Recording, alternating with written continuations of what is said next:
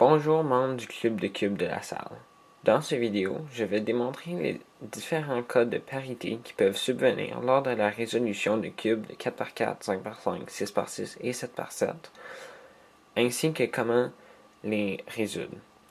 Commençons avec le 4x4. Il y a deux différents cas de parité sur le 4x4. Le premier étant qu'un seul edge est mal orienté sur le cube, ce qui est un cas impossible sur le 3x3. C'est pour ça qu'on appelle ça un cas de parité. L'algorithme pour résoudre ceci est comme suit.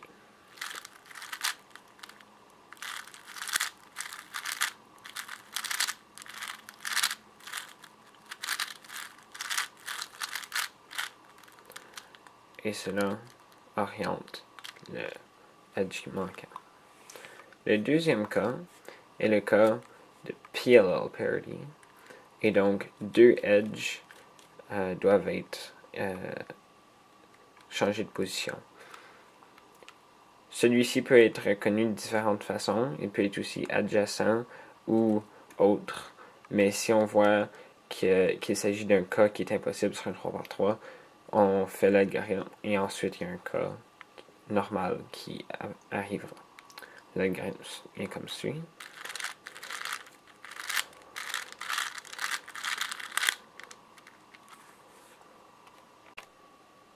Sur le 5x5, il y a un seul cas de parité et c'est lors du edge pairing.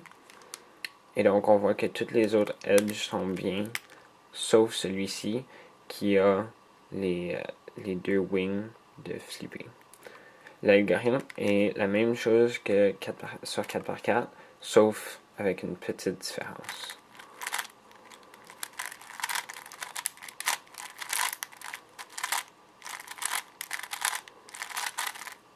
Et on voit que tous les edges sont bien.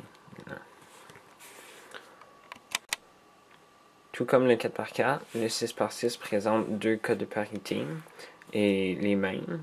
La seule différence est que le nombre de layers qu'on utilise et l'algorithme change pour celui-ci. L'algorithme pour ce cas-ci est le même.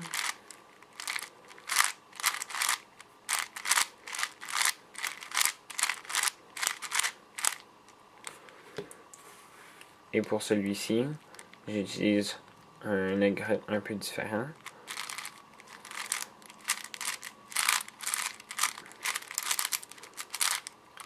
La raison pour cet algorithme différent est que il est plus facile à faire sur un 6x6 étant donné la grosseur du cube. Sur le 7x7, tout comme sur le 5x5, on a encore le même problème au dernier edge lors du edge pairing. On peut avoir soit que les milieux sont flippés, ou l'extérieur est flippé, ou les deux. Donc, c'est le même algorithme pour celui-ci.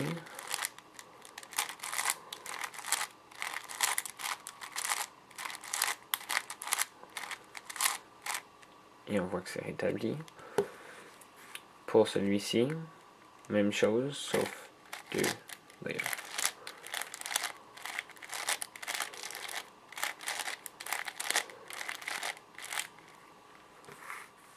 J'espère que ce guide pour la parité sur les cubes de 4x4 et plus vous a été utile et continuez de pratiquer comme toujours.